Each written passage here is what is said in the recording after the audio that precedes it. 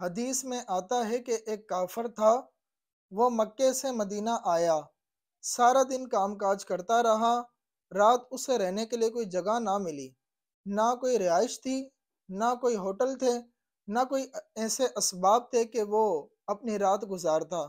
تو ان حالات میں انہیں حضور علیہ الصلوۃ والسلام کا گھر ہی نظر آیا۔ کافر ہے، مشرک ہے، دشمن ہے۔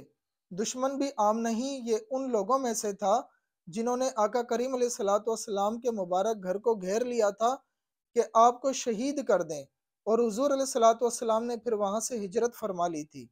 تو یہ وہ شخص تھا، جب حضور علیہ الصلوۃ والسلام کی خدمت میں گیا تو حضور علیہ الصلوۃ والسلام نے فرمایا کچھ کھانا ہے؟ عرض کی جی بھوک لگی ہے، کھانا ہے۔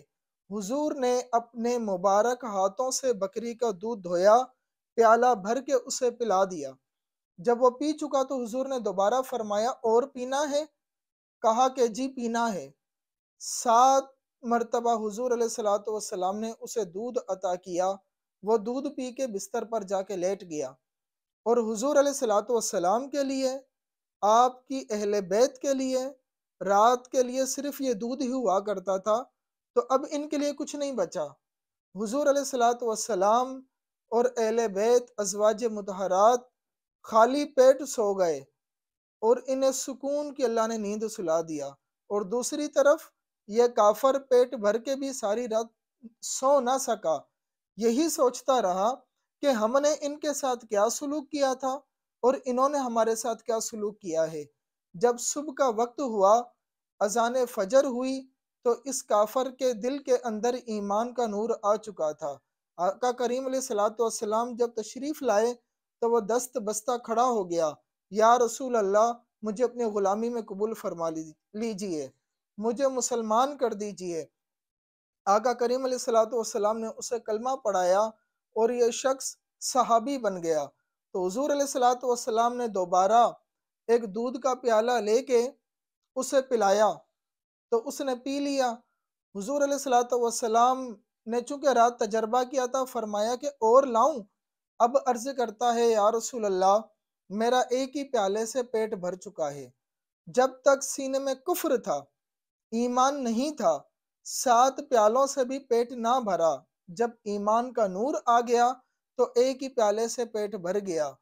ایک حدیث میں آتا ہے حضور علیہ الصلوۃ والسلام نے فرمایا کہ کافر 7 آنتوں سے کھاتا ہے اور مومن ایک آنت سے کھاتا ہے اور اسی سے سیراب ہو جاتا ہے۔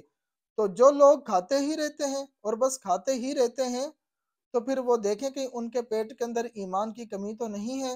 یہاں میں اور آپ اپنے طرز زندگی اور انداز معاشرت کو دیکھیں کہ ہمارے رویے اپنے اطراف کے لوگوں کے ساتھ کیسے ہیں، اور حضور علیہ الصلوۃ والسلام کے اخلاق کریمہ کا آپ یہ پہلو بھی دیکھیں کہ کتنا بڑا دشمن، لیکن جب حضور کی بارگاہ میں آیا تو آقا کریم علیہ الصلوۃ والسلام کا اس کے ساتھ کیا رویہ تھا۔